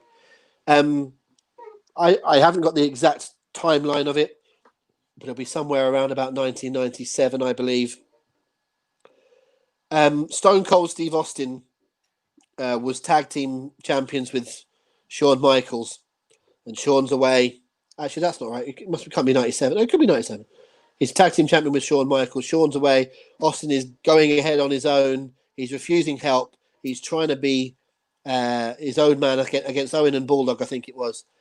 And then this person appears up on the screen, and he says he's going to be Steve Austin's partner, and he struts down to the ring, and it's Dude Love. What do you think about that? Yeah, I mean, that was an incredible moment, and bringing the character in like that was an incredible way of doing it. Huge fan of that era, and in particular how they then built around people like that. Oh, whether the fact it was a video on the screen changes it again with how it actually came across, rather than just here's some music hitting or here's someone running to the ring. So the fact it was a video on the screen maybe took a little of the shine off of the reaction, which marks it down a little bit in my book, but it certainly is in contention. I think it's one of those that I think it is easier for these moments. I mean, obviously there are examples of heel ones, and we've gone through them. Hogan is one, Yoko is another, but I think it's easier for these things to be done as a babyface thing, and I think it's the sheer magnitude of that moment that crowd were teased. Dude, that's the debut of Dude Love, right? Yeah, I'm pretty sure. Yeah, that's the debut. And they would tease Dude Love, and the whole thing of turning Mick Foley via these videos where he was talking to Jim Ross, and gradually Mankind turned, but there were still these references to Dude Love. I seem to remember it was Mankind versus Triple H at SummerSlam, and he pulled the shirt open and dropped the elbow, and it was a whole Dude Love moment, and the Dude Love music played and stuff, and it was like there was all these sort of little moments about Dude Love, and I feel like that's that's an important part of it. It's something the crowd wanted to see, and the fact that Austin was this sort of curmudgeonly figure that didn't want any help, and this voice goes, "Steve-O, baby, I'm on my way," or whatever it was he said. And even at the end, where Austin, who was a curmudgeon and who would never want any help and would stun anyone in sight, Austin even got the belt and handed it to him as if to say, "Thank you." And even Steve appreciated it. Perhaps I just have this, lovely moment in my. It creates a nice little warm, fuzzy feeling in my. I think what you're saying in my gut. A lot of these we're basing it on the reaction rather than the match and the overall feel. So I think what you're saying, and you're probably right, is this is one of those where the whole match and the outcome of the match becomes a part of the story of the surprise. Yeah, that's also true. I'm sorry, I'm ever so slightly distracted because I'm trying to have a little whiz through the whole thing about the Hardys, and it looks like you are absolutely right in the sense that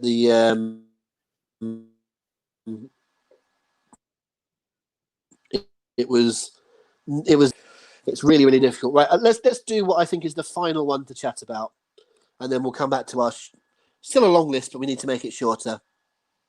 Survivor Series 1990. There is a mystery partner being announced by Ted DiBiase. He has gone out and he's found this amazing partner, and it's billed as The Undertaker. And out he comes for the first time with Brother Love, I believe. And he comes to the ring, takes part in this Survivor Series match. I think he eliminates a couple of people, then gets DQ'd. Nearly 30 years later, Hooked on Wrestling at the very least would dedicate a week to him, a weekend to him. It would become one of the most amazing documentaries you've ever seen. The Undertaker, what an incredible figure. And it all started on one night in the Survivor Series in 1990 where he was billed as the mystery opponent. Chris, kick us off. Yeah, I mean, absolutely phenomenal career and an excellent way of bringing him in. It was shock value. It was complete shock value. It was a character you wouldn't expect to align himself with a team with DiBiase and Rhythm and Blues. So that helped create the shock value with it. My concern with it is the actual match, watching it back, and Taker comes in, dominates. Again, he was in there for a short amount of time. Dominates at first, and then comes back in and gets counted out. And that's a good way to protect him for the future. Oh, look, he's barely left his feet in the match, but he's not lost, but he's being counted out. I get that. It just felt like a bit of a cop-out way from a surprise debut to get to something. I know why they did, and we know where he's gone on to from it. It just, as a debut, it's then more about the career than him being the surprise partner. Yeah, I agree with that. We've had a few moments on this podcast where I feel like there's where everyone feels like an absolute penalty kick that something will get on. We only just allowed Stone Cold Steve Austin winning King of the Ring to get into our top 5 for King of the Ring. Only just. And in the end, he didn't win the vote. And we didn't, when we were doing, funnily enough, Undertaker, when we did Undertaker's best matches outside of WrestleMania, we didn't include in the top 5 his match against Mick Foley in Hell in the Cell, which obviously everyone talks about. But we kind of felt, is it really a match? You know, it's just a couple of mad stunts, one of which that went wrong. So we held firm on that one. This is one of those sorts of discussions, I think. I do think it's listen, it's good. I don't think in anything you can argue that it's not a good debut. He comes out of nowhere, this imposing figure. You're certainly talking about him afterwards. Within a year, you know, he'd be the world champion. Nothing went wrong on that night. Everything was set fair. He made an impact as he should do. I guess it really is that, you know, for example, Taz has not gone on to have a 30-year career after WrestleMania, after Royal Rumble 2000, partly because it was only 20 years ago. But you know what I'm saying? We've not seen 20 years of Taz dominating the wrestling landscape. But that doesn't mean that Taz versus Kurt Angle thing didn't go just as well as the Undertaker debut at Survivor Series 1990. I'd be tempted to argue the Taz one went better. Yeah. I'm not massively sold on this Taker thing. It's really a case of, can we find 5 better? And one thing I'll say there is, we mentioned the Taz mission with Taz at the end of the match, and you got a good camera angle. It's a silly one. It was a good camera angle. You could see what he was doing. Taker hits the tombstone for the first time, facing away from the camera and dropping the guy into the ropes. And they go, that's the tombstone. And it's yeah, okay, we know what it is now. It's a great move. But in that match, it was just very odd and clunky. And that took, watching it the other day, that took away from it for me. So we're going to have some controversy here. Whichever way we go with this, we're going to have a little bit of controversy. Do you know what we've done? I don't want to try to make it easy for the voters here. But essentially what tends to happen on these How to Be Great podcasts is that we have come up with 3, maybe 4, sometimes 5 or 6 things which we think are definites, and then we have to whittle it down. I can argue, I think we've only got one that's a definite on this list here. Yeah. And that's the Hogan Bash at the Beach thing. That might be a point to the fact that he might well win. We've got, I would say, 7 others that we need to pick 4 from. Yeah. Okay. So I would say, whittling through them quickly. Actually, no, I've not. I've got 8. I beg your pardon. I've got 8, and we've got to get 4 from these 8. So let's try and whittle through these as much as we can. So I'm going to say them quickly. We've got Taker at Survivor Series 90, Dude Love and Stone Cold, the Hardy Boys, Warrior at WrestleMania SummerSlam 88, Yokozuna debuting at WrestleMania, Taz with Angle, John Cena's debut, and Bayley at Battleground. All right, that's the 8 that I've got. We need to pick 4 of. So can I just say, give me a go on. You've ruled out Daniel Bryan in that as well. I think so. I don't think any. I can't see a reason he's above the ones I've just mentioned. Yep, I'd rule that out. Go on, what do you want from me then? Give me a draft pick. Give me a Chris Hatch pick out of those 8. If I massively disagree, I'll fight you on it. But generally speaking, I think we could feasibly here pick 1 each and get ourselves up to 3. Yeah, I mean, and then have a fight on the other 2. This is where I'm trying to be objective, because my personal one, I would throw Taz in there, but I'm not going to for my main pick. I'm going to go with Yoko. Okay, I'm going to make it easy for you then, because I'm going to put Taz in. Okay, cool. That I makes think it's. I think both of those. I love both of those because of the very nature of the point by point. You know, we are going to do a mystery opponent at this upcoming pay-per-view. It's a build-up. You anticipate it. When it happens, it's not a letdown. The mystery opponent wins. It leads to something. I would say Yoko probably ever so slightly ahead of Taz because of the fact that the Yoko-Owen partnership continued apace and became something, whereas Taz quite quickly, fell away. But on the night, I would find it difficult to disagree with that. So I'm gonna type down Taz goes in and Yoko goes in. Right. So that gets those two there.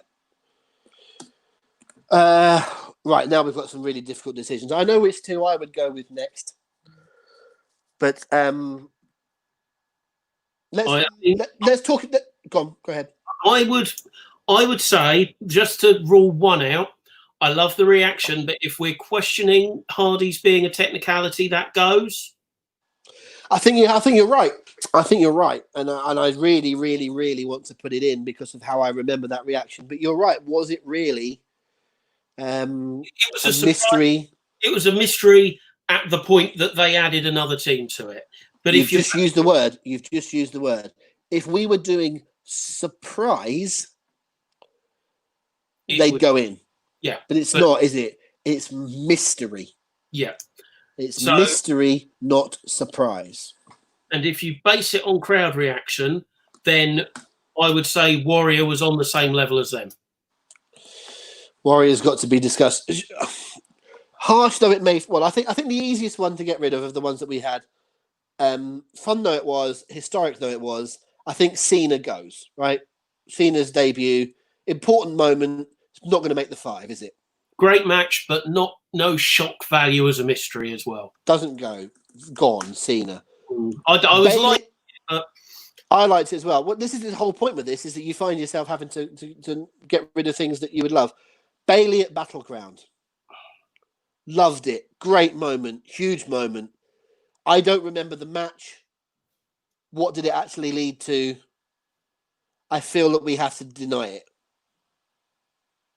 Depending what it leaves. I'm still questioning with what it leaves. Okay, well, we have decided that the 3 that are on the list for good are Hogan, Taz, and Yoko.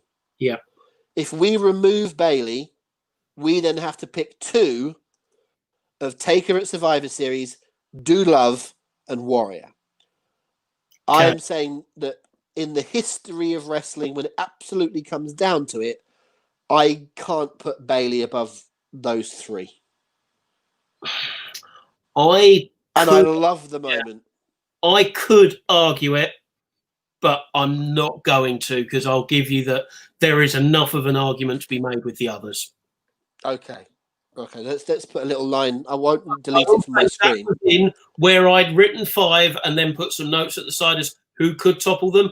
That wasn't in the could go in there. That was in my main ones. But I'll give you that. Okay. So we've got, let's for the time being then work with these remaining 3. We've got Undertaker at Survivor Series 90. We've got Dude Love, and we've got Warrior against Honky Tonk Man. What's your gut saying to you? Of those 3, I would say Warrior's got to go in. Absolutely nailed on. Yeah, I agree. I think because I'm so torn on this. It's very. I think on a personal level, I agree with you, and I think on a personal level, I want Dude Love to go in as well. But I just can see the emails and the tweets and the reactions if we do 5 biggest mystery opponents and partners and we don't include the Undertaker's debut. Yeah, I mean, that's I wouldn't have it in my 5, but I have to try and realise that it's not my 5. It's the 5 that's the right to choose. See, I'm having a massive conflict. Personally, I would have Warrior in, and then I'm 50-50 between Dude Love and Taker. And Dude Love is my era of when I started watching and what I enjoyed.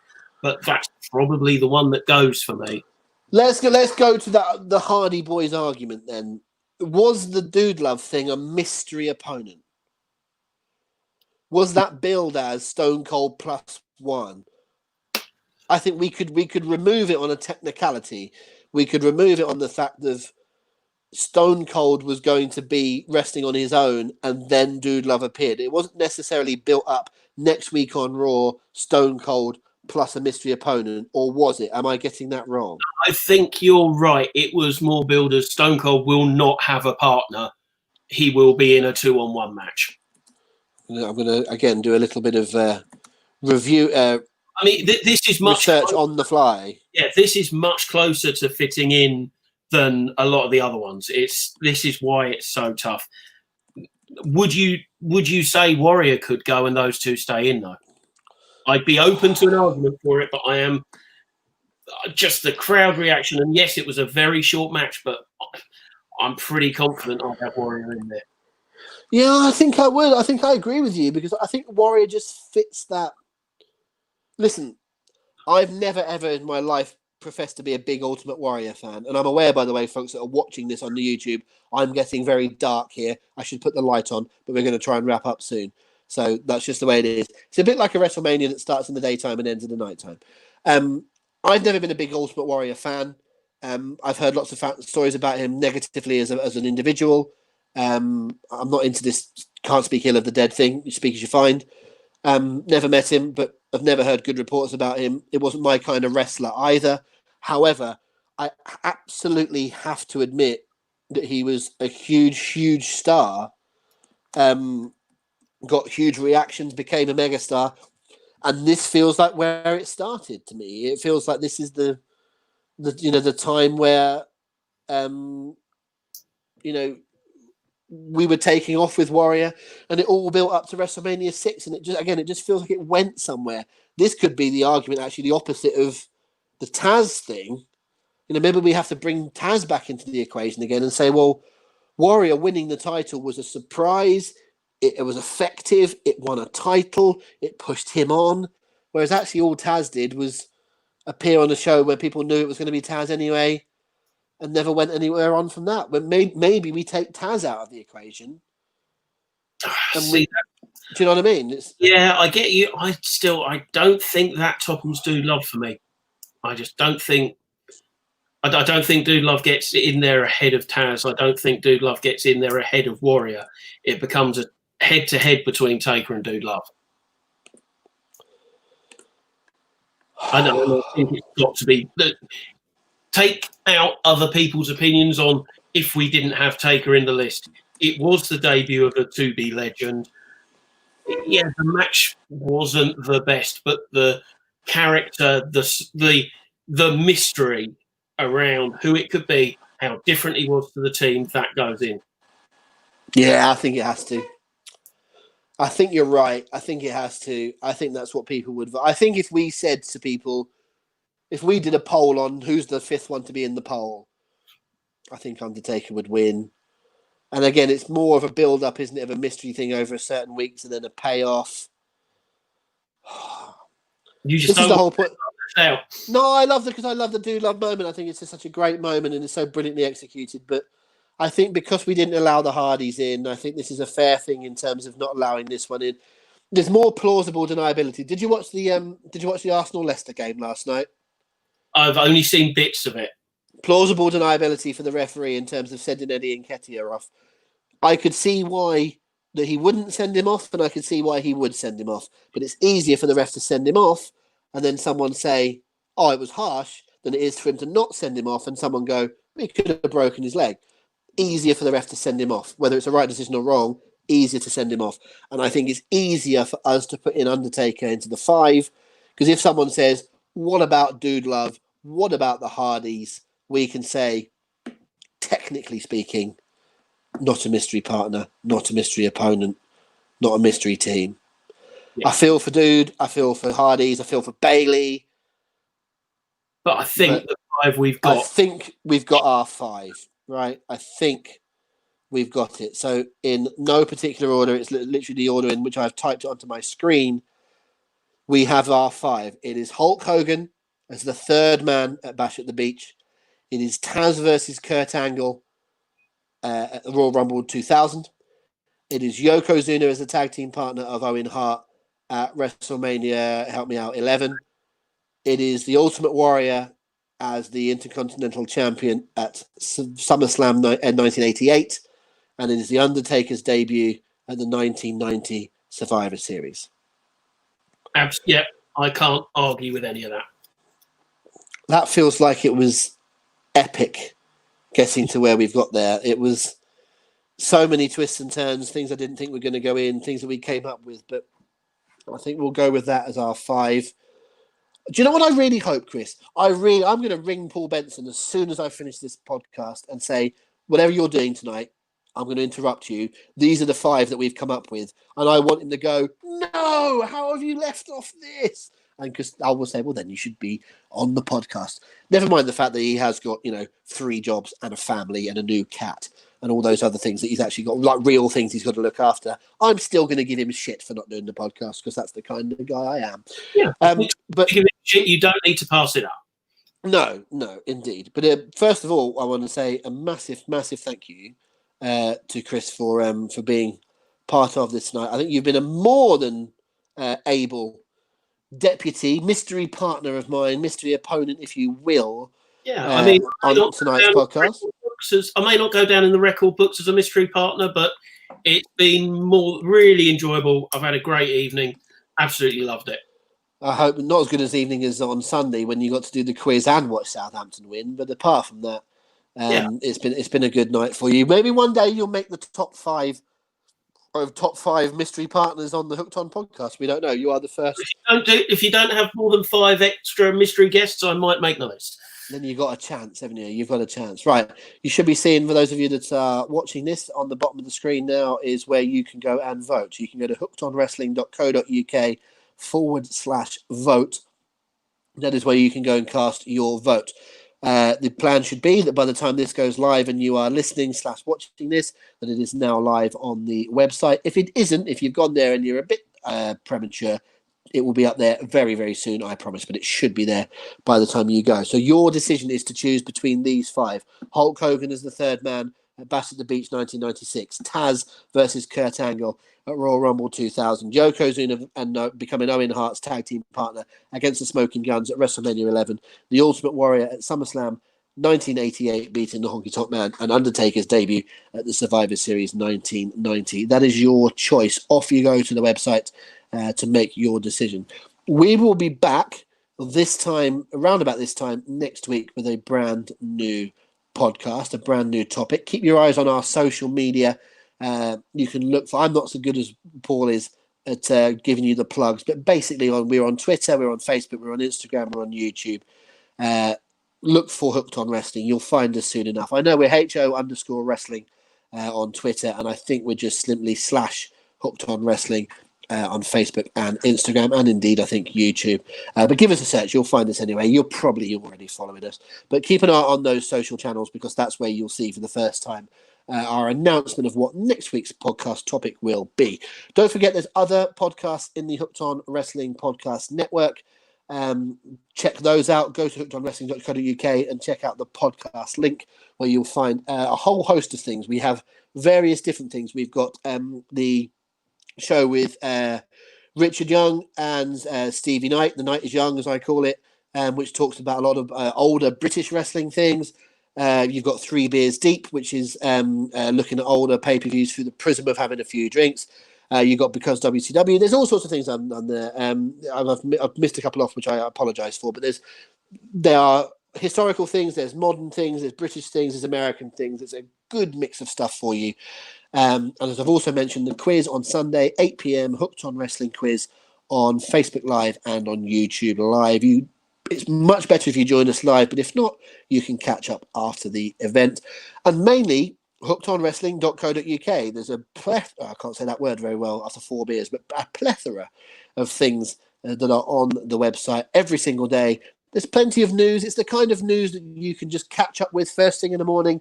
That's what I do first thing in the morning now, hookedonwrestling.co.uk. It just catches me up with the day's news, and there's a little bit of a ticker during the day. But we also have a whole bunch of features as well. casting our eye over old things, new things, all sorts of things. Indeed, I'll hand over to Chris on this one because you've become involved with the editing of the site. You're much more involved than me on the actual website itself. It's grown in a very quick space of time, mate, isn't it? Yeah, I mean, it's incredible that you can see some of these articles that go up and the amount of views they're getting, which is just great to know that people see us as a reliable source, because we're not just reporting, there's some kind of rumor. We're trying to come up with things that have got some substance to them and that is going to be generally interesting.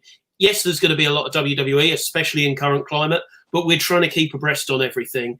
And there's the weekly quiz goes on the website, as well as us doing our Sunday night quiz. That's right. And like you mentioned earlier, the Hooked on Wrestling merchandise, I believe, is meant to go live on Friday. That'll be good. Hopefully it's going to arrive this week. I want to wear my new gear on the Sunday quiz. Hopefully it arrives this week, but we'll see.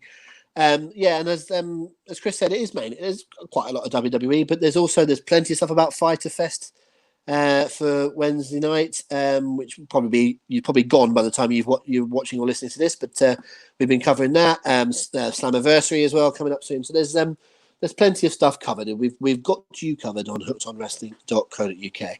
That is pretty much all from us for this evening, unless Chris wants to add anything else. And you got anything to plug? Do you want to plug your social media or anything like that? I could plug my social media. Unlike Hooked On, I do have them all lined up as @HatchRefMC, Facebook, Twitter, and Instagram. Mainly because my wife works in IT and made sure that happened. The main thing is, it's a pleasure to be a part of Hooked On. Please do check out the website, and when the parties get back up, it's just such a way to get involved in wrestling. I go along to work in quote marks at the parties, but it's to have a great time as well, because it really is always a great time.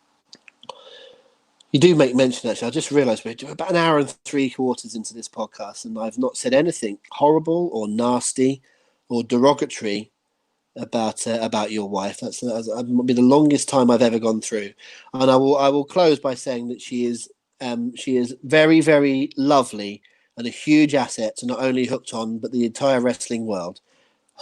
Nightmare. She's a nightmare, absolute nightmare. Anyway, at the moment. I was just going to say she can't be there because this is the moment where she comes yelling at me and shouting at me and raging, but she's not around. So I should have saved my praise, shouldn't I, for a time where she's within arm's distance and won't smack me with something. Now dare I say it, she's lovely, really.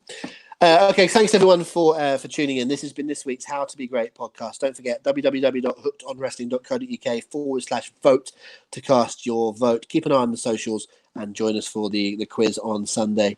If you would, it's been an absolute joy to be with you again. Thank you to our guest host this week, Chris Hatch, and for me, Rob McNichol. It's just a reminder that just to say, as it says on my shirt, it's wrestling. Enjoy it. See you very soon.